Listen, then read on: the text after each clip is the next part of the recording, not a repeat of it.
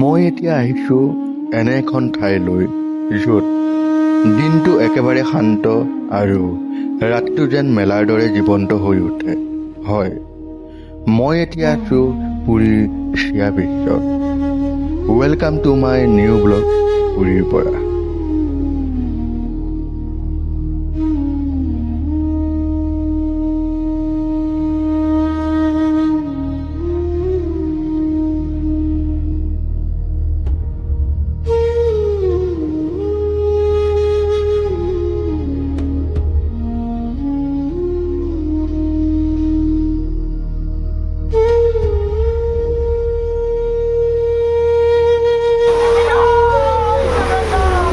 এইখন সাগৰৰ তীৰ, এনেকুৱা এখন ঠাই য'ত আহিলেই মনটো নিজে নিজে শান্ত হৈ যায়।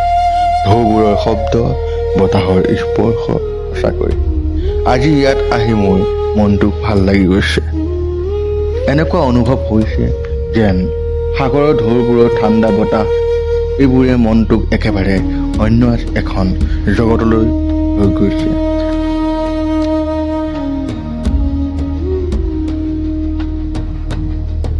এতিয়া সাগৰত গা ধুবলৈ যাম আৰু কাপোৰ দেখা পাইছে আৰু কিবা এটা এনেকৈ আহিছোঁ তেওঁ অফিচ কৰিবলৈ। আৰু এতিয়া আকৌ গৈ আছোঁ সাগৰলৈ।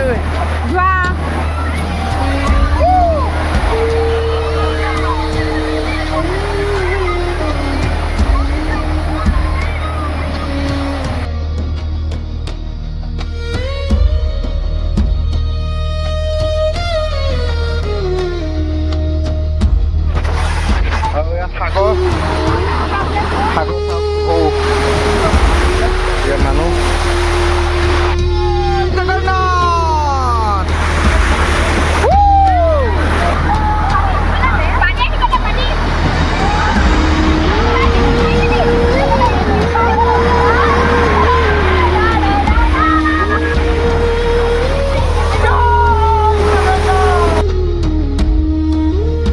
আজি মই প্ৰথমবাৰ এই ঠাইখন অনুভৱ কৰিছোঁ আৰু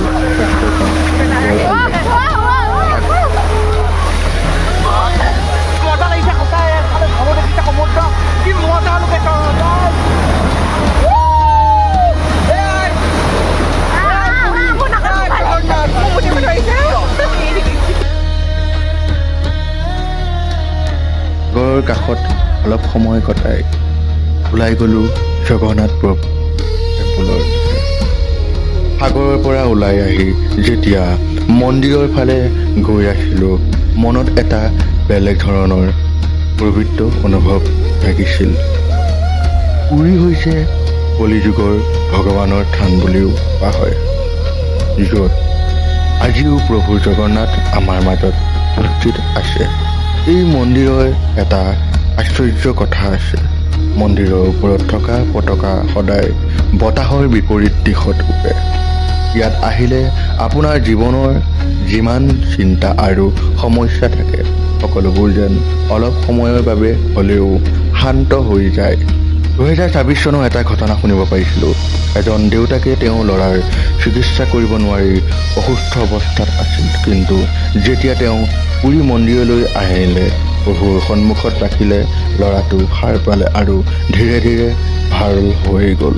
সঁচাকৈ সেই মুহূৰ্তটো একেবাৰে অলৌকিক যেন লাগিছিল আৰু ই প্ৰমাণ কৰে প্ৰভু জগন্নাথ আজিও আমাৰ মাজতেই আছে।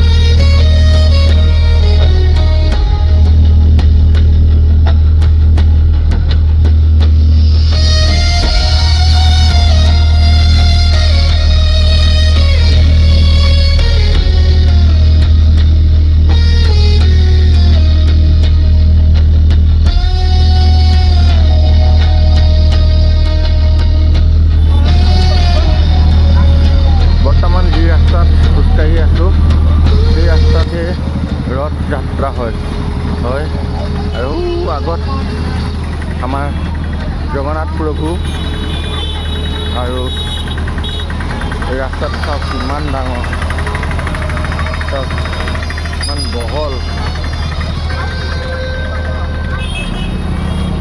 ইয়াৰ কাষত মাৰ্কেট এইবিলাক আৰু বহল চাওক না গাড়ী, এইফালে এইখিনি তালৈকে আছে।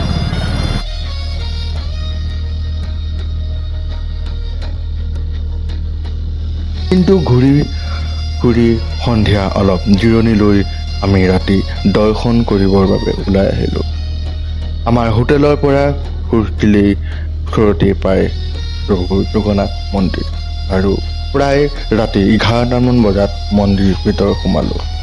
সঁচাকৈ ৰাতি দৰ্শন কৰাটো একেবাৰে বেছি ভাল। দিনত মানুহৰ ভিৰ বহু, কিন্তু ৰাতি মানুহৰ ভিৰ সঁচাকৈ কম আৰু আৰামতে ভিতৰৰ প্ৰভু দৰ্শন কৰিব পাৰি।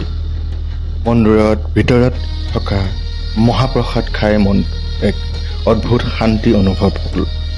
পুৰী এনে এখন ঠাই য'ত আহিলে মনটো ইয়াতে এৰি থৈ যাবলৈ মন যায়, উভতিবৰ বাবে মন নাথাকে। যদি আপুনি পুৰী আহে, দিনতকৈ ৰাতি দৰ্শন কৰাটো চেষ্টা কৰিব, কাৰণ আপুনি বেছি শান্ত আৰু ভাল অনুভৱ কৰিব।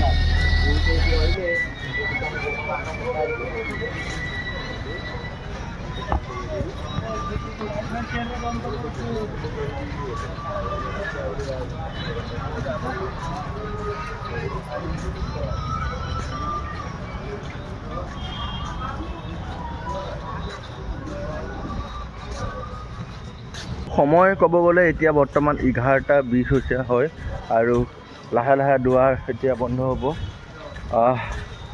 এতিয়া ময়ো ওলাইছোঁ মন্দিৰৰ ভিতৰৰ পৰা, কাৰণ মন্দিৰৰ কাষতেই হৈছে মোৰ থকা ব্যৱস্থাৰ ৰুম। আৰু কি লীলা তেওঁ লৈ আনি একদম তেওঁ ওচৰত ৰাখিছে, সন্মুখত আহি এতিয়া ওচৰতে হেৰি কৰি তেওঁক দৰ্শন কৰিলোঁ। বহুত ভাল লাগিছে, সঁচাকৈ কৈছোঁ, মনটো বহুতখিনি ভাল লাগিছে। টাইম পাই একদম ধুনীয়াকৈ আহিব পাৰে আপোনালোকে, বহুতখিনি ভাল। আৰু মই মোৰ ৰেকমেণ্ডেড ক'ব গ'লে বিষ্ণু ভৱন হয়, বিষ্ণু ভৱন যি মানে আপোনাৰ ৰুম, মানে থকাৰ ব্যৱস্থা আছে, হোটেল, সেই হোটেল বহুত ভাল।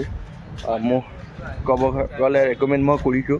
আপোনালোকে যদি আহে, ইয়াত আৰু তেনেকৈ হোটেল আছে, আপোনালোকে আহিব পাৰে, বেলেগতো থাকিব পাৰে, আপোনালোকৰ ইচ্ছা। কিন্তু মোৰ ফালৰ পৰা মই ৰেকমেণ্ড কিয় কৰিছোঁ, কাৰণ ওচৰতে পাবা, আৰু বেলেগো ওচৰতো আছে, কিন্তু এইখন হোটেলত মানে পৰিৱেশটো বেলেগ এটা পাই আছোঁ। আৰু বহুত ভাল লাগিছে, ওচৰতে আহিলোঁ, ধুনীয়াকৈ চালোঁ। এতিয়া লাহেকৈ এতিয়া আকৌ যাম আমি ৰুমলৈ। তো ভাল লাগিলে।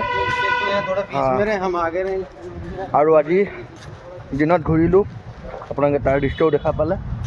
চ' এইটো এপিছ'ড কেই নম্বৰ হৈছে মই নাজানো, কাৰণ মই বনাই গৈ আছোঁ এটাৰ ভিতৰত এটা এপিছ'ড। বাকী তাৰপিছত এডিটিঙৰ সময়ত মই চাগে মিলাম। চ' এইটোৱে আছিলে আজি ভিডিঅ'। কেনেকুৱা পালে কমেণ্ট বক্সত কমেণ্ট কৰিব। কষ্ট মোৰ, কিবা ভগৱানৰ মৰম আপোনালোকৰ। এটা নতুন ভিডিঅ' লগ পোৱাৰ প্ৰতিশ্ৰুতি আজিলৈ এৰিলোঁ। বাই বাই, জয় জগন্নাথ।